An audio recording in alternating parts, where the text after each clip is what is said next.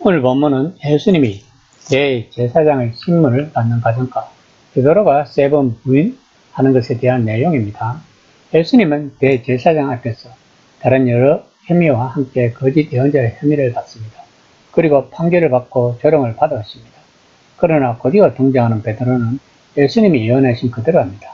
그것으로 예수님은 그날 밤 참 예언자이심이 입증되었다고 말하고 있는 것입니다. 14장 53에서 54절입니다. 그들이 예수를 끌고 대제사장에게로 가니 대제사장들과 장로들과 서기관들이 다 모이더라. 베드로가 예수를 멀찍이 따라 대제사장 집들 안까지 들어가서 아랫 사람들과 함께 앉아 불을 쬐더라. 예수님은 한 제자에게 배신당하고 10 제자들은 다 도망을 가고 이제는 가장 가까운 제자에게 공개적으로 거절을 당할 것입니다. 예수님이 지금 심정은 어땠을까요? 예수님은 이 세상에 홀로라는 것을 느꼈을 것입니다.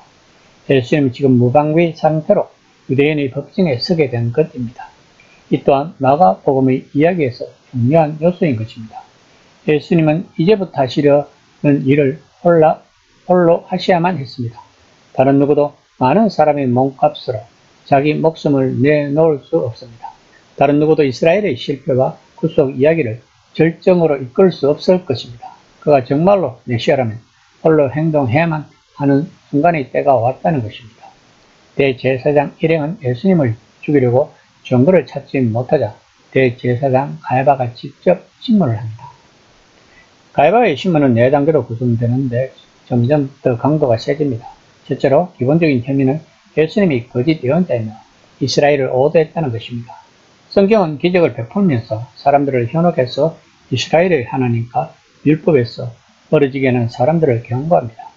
갈릴리에서 예수님이 하신 일과 그곳에서 받으신 비난은 분명 그러한 혐의에 기여했을 것입니다. 예수님이 놀라운 일을 하신 것은 분명하지만 참 예언자이신지 아니면 사기꾼인지는 여전히 불분명했던 것입니다. 예수님이 성전을 두고 하신 말씀은 그들에게 사기꾼이라는 확신을 주었고 그래서 결국에는 그분의 눈을 가리고 조롱했던 것입니다. 두 번째로 더 직접적인 문제는 성전에 대한 예수님의 태도였습니다. 11에서 12장의 논쟁은 예수님이 성전에서 하신 사건에서 비롯되었고 이제 사람들은 예수님이 성전의 특정 권위를 주장하실 뿐만 아니라 성전이 하나님의 심판 아래 놓였고 멸망하리라는 경고까지 하신다는 사실을 분명히 알게 되었던 것입니다.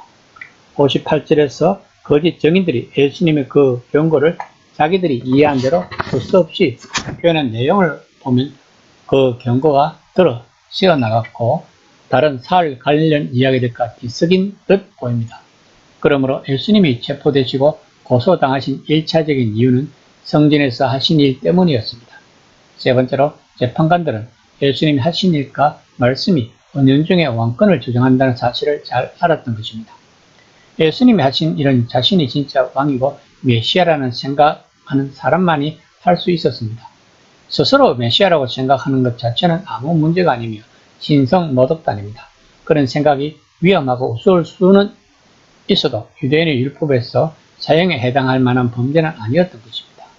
그러나 누군가가 스스로 왕이라고 주장하고 로마 총독이 그 소리를 들었다면 결과는 하나뿐임을 예수님도 알고 있었을 것입니다. 그것은 바로 십자가형인 것입니다. 그 당시 로마 제국에서 사형 방법은 3가지 있었다고 합니다. 교수형, 참수형, 그리고 십자가형이 있었다고 합니다.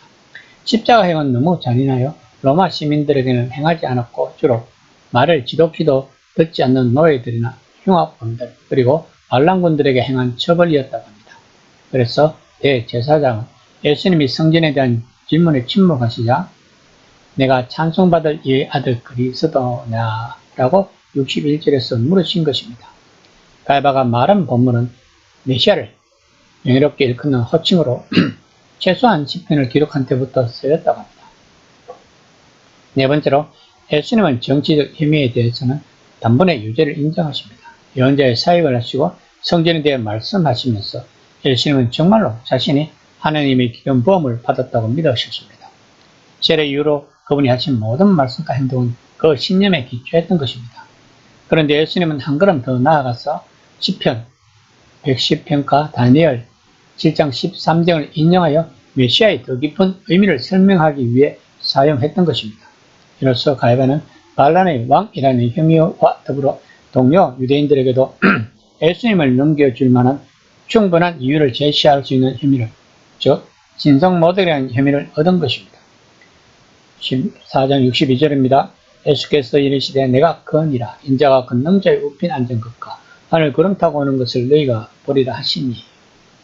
본문은 예수님의 신성을 보여준다고 주장하는 사람들도 있지만 그것보다 본문이 시편 110편과 다니엘 7장 13장을 함께 응축된 문장으로 말하고자 하는 내용은 이런 것입니다. 그렇다 내가 참 예언자다. 그렇다 내가 성전에 대해 말한 그대로 이루어질 것이다. 그렇다 나는 메시아다.